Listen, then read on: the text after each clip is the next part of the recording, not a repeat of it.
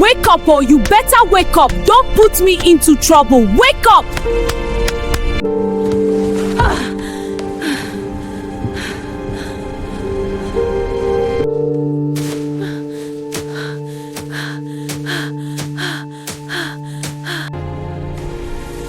You should have survived.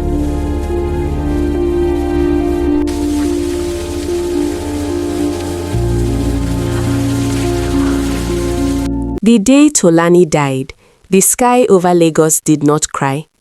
The sun shone brightly over the tall buildings of Lagos, cars honked as usual, and rich men signed contracts in air-conditioned offices. No one knew that behind the high gates of the Adeyemi mansion, something terrible had happened. But before death came, there was hope. Welcome to African Stories with Tai. Tolani was only 18. She was very beautiful in a quiet, simple way.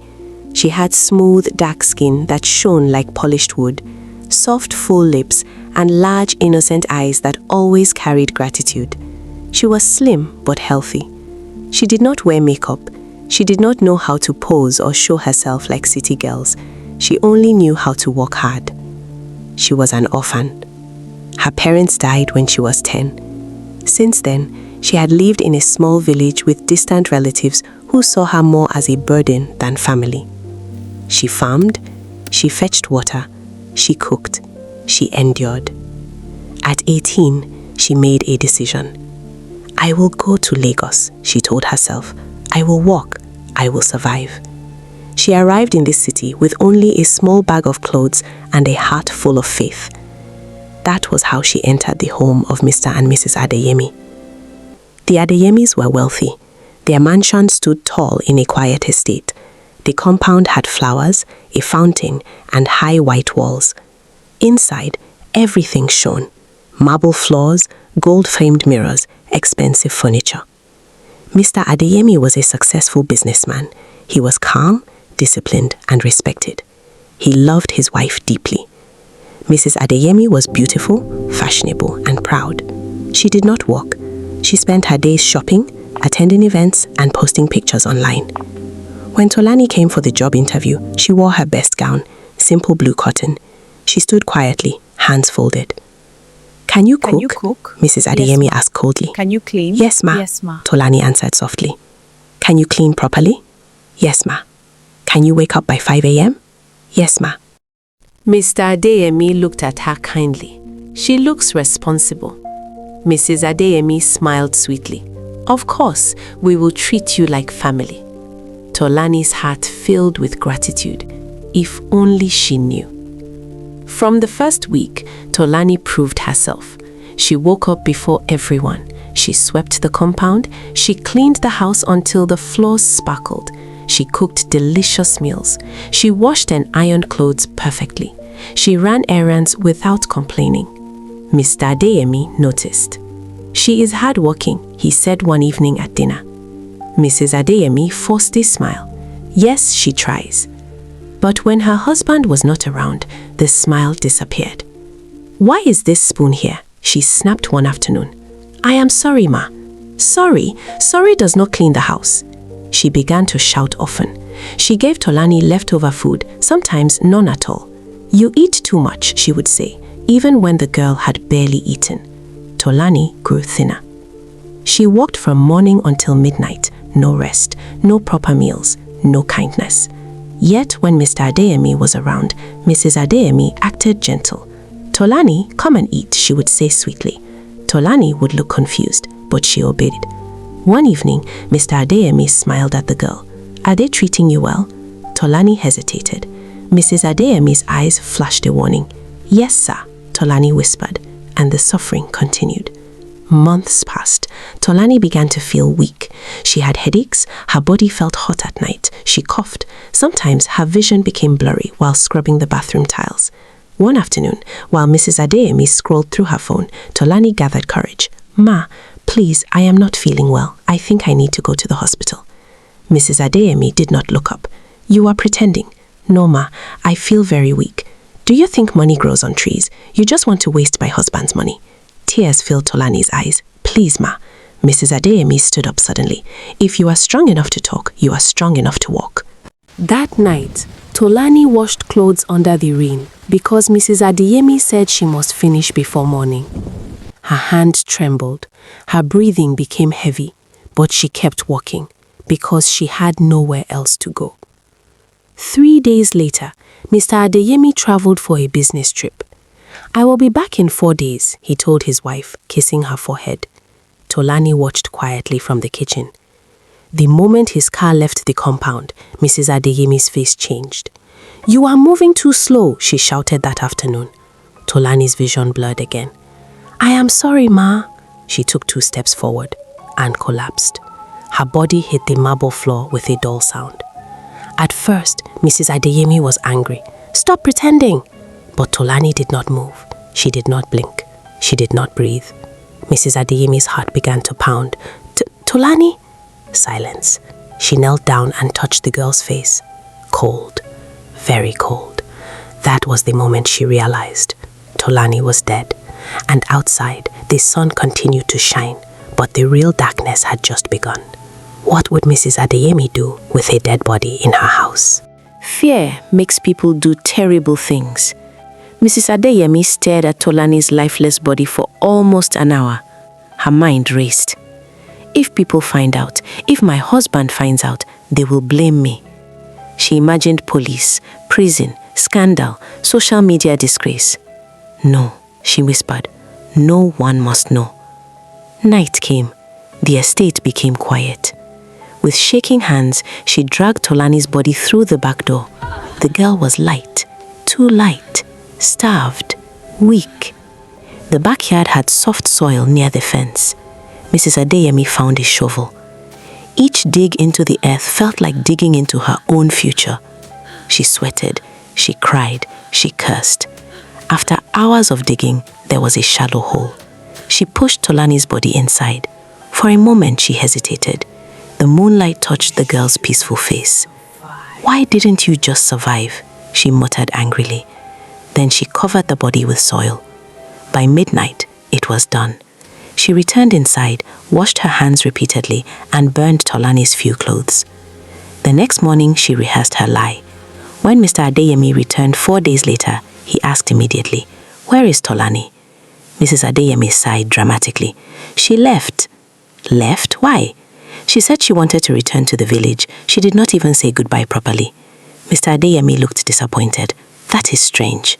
But he believed her, because he loved her, because he trusted her, and because evil sometimes hides behind beauty. But something else had been buried that night, something that was not finished, and it was waiting. 1 month later, the gate bell rang. Mrs. Adeyemi opened the door and froze. Standing there was a young woman, tall, very curvy, extremely beautiful. Her skin glowed, her eyes were deep and mysterious, her lips curved into a confident smile. "Good afternoon, Ma. I heard you need a maid." Her voice was soft, but something about her felt familiar. Mrs. Adeyemi swallowed. "What is your name?" The girl smiled wider. "Anu?" But in her eyes, there was something ancient, something patient, something that had been buried and was now back. Why did the new maid smile feel like a secret waiting to explode?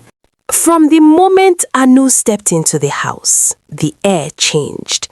Even the chandelier lights seemed brighter. Mr. Adeyemi noticed her immediately that evening. "This is our new maid," his wife said stiffly. Anu greeted respectfully. "Good evening, sir." Mr. Adeyemi paused. There was something captivating about her. Not just beauty, presence. "She seems educated," he said. "I learn fast," Anu replied calmly. And she did. She walked perfectly. But unlike Tolani, she did not look tired. She did not look weak. She looked powerful. Within 1 week, Mr. Adeyemi began to change. Small arguments started. "Why is dinner late?" he snapped one evening. Mrs. Adeyemi was shocked. "It is only 5 minutes late." "You are becoming careless." He had never spoken to her like that before. Another day. "You spend too much money." "But you never complained before." "I am complaining now." He stopped giving her money freely.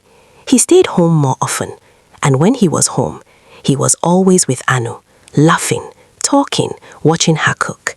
Sometimes their hands brushed, sometimes their eyes locked too long. Mrs. Adeyemi felt something growing inside her, fear. One evening, she overheard laughter in the kitchen. She walked in suddenly. Mr. Adeyemi and Anu stood close, too close. "What is going on?" she demanded. "Nothing," her husband replied coldly. "Why are you always suspicious?" Suspicious? She felt like screaming, but something else terrified her more. Anu looked at her and smiled.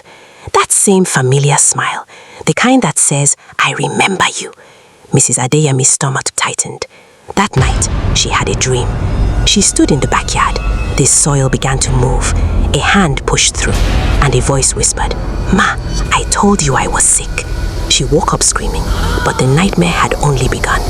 Was Anu truly a coincidence or something far more dangerous? Mrs. Adeyemi decided to send Anu away. "I do not like her," she told her husband firmly. "You are jealous," he replied. "Jealous? Of a maid?" "Yes, and I am tired of your attitude." Her heart broke. He had never defended another woman against her, but that was not the worst part. Her body began to change. She lost weight rapidly. Her cheeks sank. Her glowing skin became dry and pale. Her clothes became loose. She stopped sleeping well. Her appetite disappeared. Her friends noticed. "Are you sick?" one asked. "I don't know," she whispered. She went to the hospital. After many tests, the doctor frowned. "We cannot find anything wrong with you." "But I am dying," she cried. "All your results are normal." Normal? Nothing felt normal. At home, she noticed something terrifying. Each time Anu looked healthier, she felt weaker. Each time her husband smiled at Anu, her heart felt like it was shrinking. One afternoon, she confronted the maid. "Who are you?" Anu tilted her head slightly. "Your maid, ma." "No, who are you really?" Anu stepped closer. Her voice dropped to a whisper. "Do you remember the backyard?" Mrs. Adeyemi's blood turned cold. How do you know about that?" Anu's eyes darkened. "You buried something there." The room suddenly felt smaller, the air heavier. "I don't know what you're talking about," Mrs. Adeyemi shouted. Anu smiled slowly. "Soon, everyone will know," and walked away. Mrs. Adeyemi fell to her knees because deep inside, she knew. The past had come back, and it was hungry. What would happen when the truth finally surfaced? The day of exposure came unexpectedly. Mr. Adeyemi returned home early from work. He heard shouting upstairs. Mrs. Adeyemi was crying. Anu stood in the center of the room, calm, powerful. "You killed me," Anu said clearly. Mr. Adeyemi froze. "What nonsense is this?" Mrs. Adeyemi shook violently. "She is lying." "Am I?" Anu's voice echoed strangely. She walked toward the window and pointed to the backyard. "Dig there." Mr. Adeyemi stared at his wife. What is she talking about? Silence. Tears streamed down Mrs. Adeyemi's face. "Tell him," Anna whispered. The air grew cold, very cold. Mr. Adeyemi rushed outside with security men. They dug, and within minutes, they found bones, clothes, remains. The truth exploded like thunder. Mr. Adeyemi looked at his wife with horror. "You buried her?"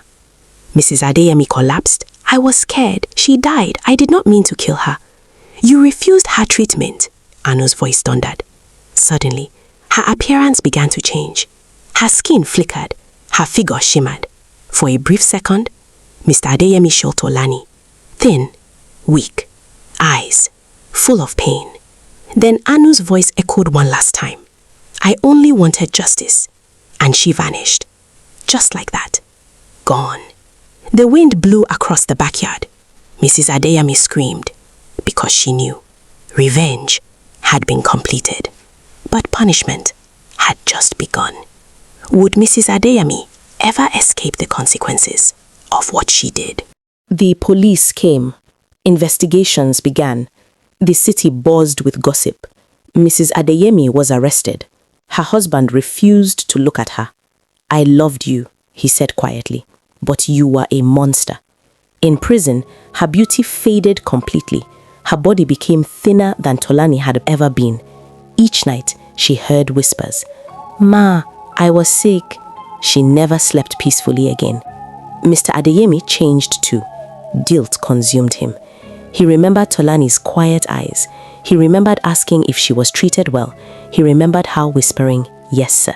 And he realized, kindness without awareness is blindness. Months later, the backyard was cleared. The house was sold. No maid ever walked there again. But sometimes, neighbors say, on quiet nights in Lagos, a soft voice can be heard near that fence. Not angry, not loud, just a whisper carried by the wind. I only wanted justice. And somewhere in the darkness, a beautiful girl finally rests. Moral lesson. This powerful African story shows that cruelty always has consequences. No matter how wealthy or powerful someone is, how they treat the helpless truly matters. Secrets don't stay buried forever, and injustice will always find a way to surface. Kindness protects, wickedness destroys. Choose compassion before it's too late.